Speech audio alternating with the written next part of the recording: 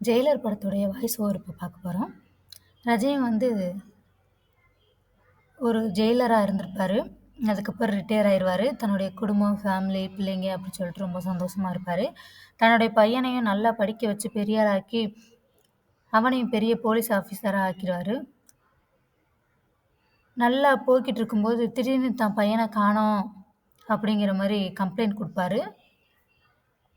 அப்புறம் வீட்டு வாசல்ல பையன பொணமா போட்டுருக்கோம் அப்படிங்கிற மாரி இருக்கும். என் பையன் இறந்து போயிட்டான். இது ஏதோ ஒரு கொலை கொலை முயற்சி. இதுக்கு காரணம் யாருன்னு சொல்லிட்டு, ரஜினியும் அங்கங்க எல்லா இடத்துலயும் தேடி தேடி பார்ப்பாரு, விசாரிச்சு பார்ப்பாரு. ஆனா யார்கிட்ட இருந்து எந்த ஒரு தகவலுமே வராது. அப்ப அவர் ஜெயிலரா இருக்கும்போது ஜெயில்ல நெறைய தப்பு பண்ணவங்கள வந்து திருத்தி வெளிய கொண்டுட்டு வந்திருப்பாரு. அதனால திருந்தி வந்தவங்க எல்லாருமே நம்ம ஜெயிலர் ரஜினி மேல ரொம்ப மரியாதையாவும், பாசமாவும் இருப்பாங்க. அதனால அவர் போய் என்ன செய்வாரு, அவங்கள்ட்ட போய்லாம் ஹெல்ப் கேட்பாரு. அதுக்கப்புறம் ஒரு கால் வரும். ரஜினி சார் கால் வந்து என்ன சொல்லுவாங்கன்னா, "உங்க பையன நாங்க தான் கடத்தி வச்சிருக்கோம்" அப்படின்னு சொல்லிருவாரு. "உன் பையன் வேணும்னா, எனக்கு இந்த மாரி இந்த கோயில்ல அந்த கோயிலோடைய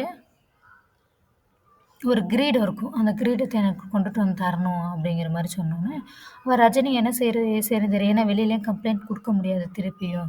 சொல்லிட்டு எனக்கு தான் பையன் வேணும் அப்படிங்கிறதுல வந்து உறுதியா இருந்து,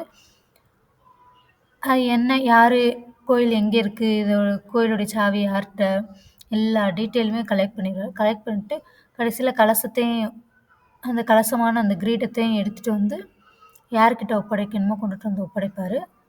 ஆனா வந்து அவர் கொண்டுட்டு வந்து அதே மாரி இருக்கிற ஒரு டூப்ளிகேட்.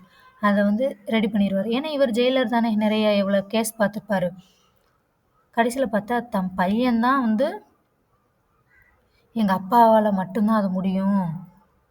எங்க அப்பாவுக்கு நெறைய ஆள்கள் தெரியும். பெரிய பெரிய ஆளுக தெரியும் அப்படின்னு சொல்லிட்டு, பல கோடி காசுக்கு ஆசைப்பட்டு தன் பையன் வந்து தவறான வழியில வந்து இப்படி போயிருப்பான். அதுக்கப்புறமா தான் ரஜினிக்கு தெரிய வரும். கொண்டுட்டு வந்து குடுத்து செக் பண்ணும்போது, அந்த கிரீடம் இல்ல இது டூப்ளிகேட் தெரிஞ்ச உடனே, அந்த பையன் என்ன செய்வான், தன் அப்பாவையே கொல்ல முயற்சி பண்ணுவான்.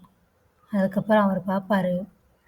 இப்படி நாட்டுக்கு கெட்டது செய்றவன் நமக்கு தேவையில்ல, பையனா தேவையில்லைன்னு சொல்லிட்டு ஜெயிலர் படத்துடைய ஹீரோ நம்ம ரஜினி சாரே தன் பையன கொன்றுவாரு.